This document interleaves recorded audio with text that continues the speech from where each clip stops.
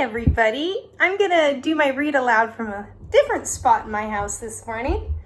We are going to read The Snail and the Whale. Is this the book that you guessed I was going to pick? Small land animal that we looked for earlier, the snail, and a big sea animal, the whale. I love this book.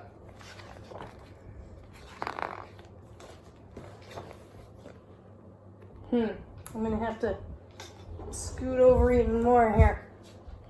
There we go. This is the tale of a tiny snail and a great big gray-blue humpback whale. This is the rock as black as soot, and this is a snail with an itchy foot. The sea snail slithered all over the rock and gazed at the sea and the ships in the dock. And as she gazed, she sniffled and sighed. The sea is deep and the world is wide. How I long to sail, said the tiny snail.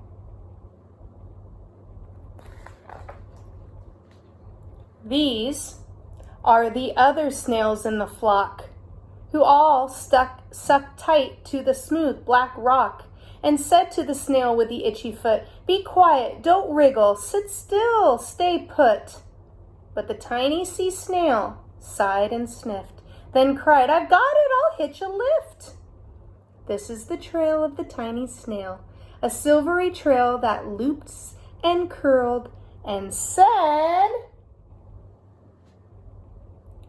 "Lift wanted around the world."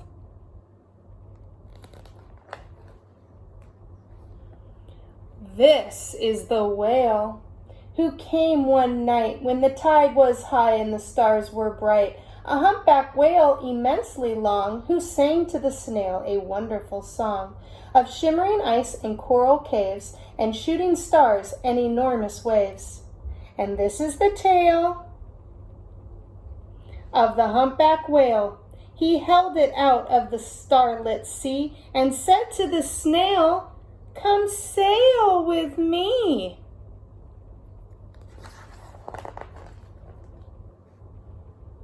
This is the sea, so wild and free, that carried the whale and the snail on his tail to towering icebergs and far-off lands, with fiery mountains and golden sands. Do you see some other animals in that picture? These are the waves that arched and crashed, that foamed and frolicked and sprayed and splashed the tiny snail on the tail of the whale. This is one of my favorite pages right here. These are the caves beneath the waves, where stripy fish with feathery fins and sharks with hideous toothy grins swam round the whale and the snail on his tail.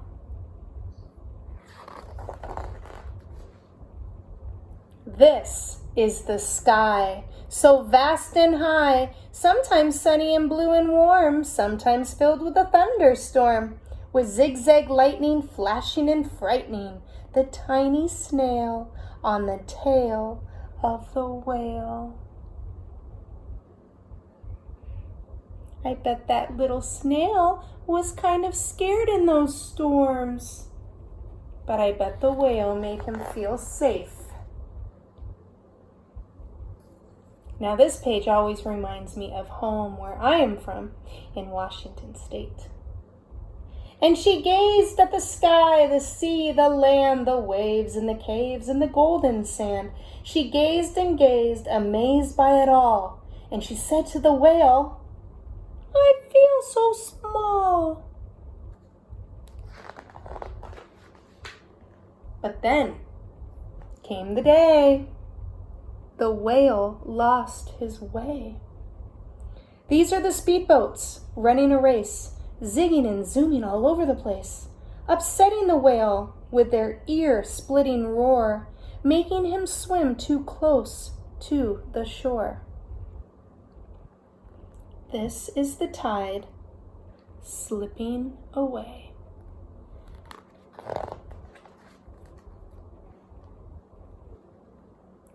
And this is the whale lying beached in a bay.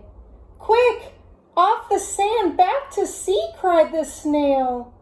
I can't move on land, I'm too big, moaned the whale. The snail felt helpless and terribly small. Then, I've got it, she cried, and started to crawl. I must not fail, said the tiny snail. I wonder what her idea is. This is the bell on the school in the bay, ringing the children in from their play. This is the teacher holding her chalk, telling the class, sit straight, don't talk. This is the board as black as soot. And this is the snail with the itchy foot. A snail, the teacher turns pale. Look, say the children, it's leaving a trail. This is the trail of the tiny snail, a silvery trail saying, save the whale.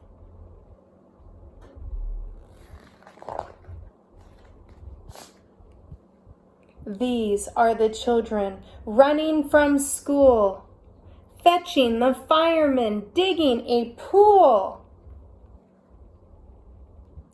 squirting and spraying to keep the whale cool.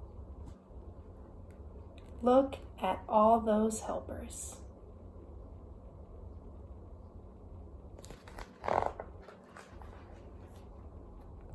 This is the tide coming into the bay.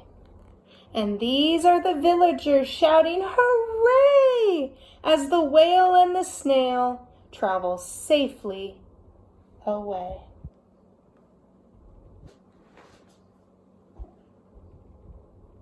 Does everyone look happy and proud?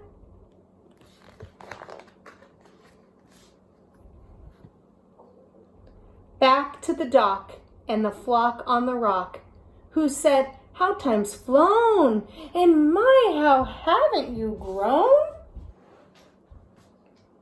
And the whale and the snail told their wonderful tale of shimmering ice and coral caves, and shooting stars and enormous waves, and of how the snail, so small and frail, with her looping, curling, silvery trail, saved the life of the humpback whale. Then the humpback whale held out his tail, and on crawled snail after snail after snail. And they sang to the sea as they all set sail on the tiny tail of the gray-blue humpback whale. I wonder what kind of adventure they're going to be going on next. I wonder what far-off land they're going to be taken to by their giant friend the whale. I love that book. You know what's kind of special about this book? It's by the same creator as The Gruffalo, if you are familiar with that book. It's the same creator. It's a wonderful story. I hope you enjoyed that. And that's a great book to kind of wrap up our Earth Week together. And I will see you very soon. Bye, everybody.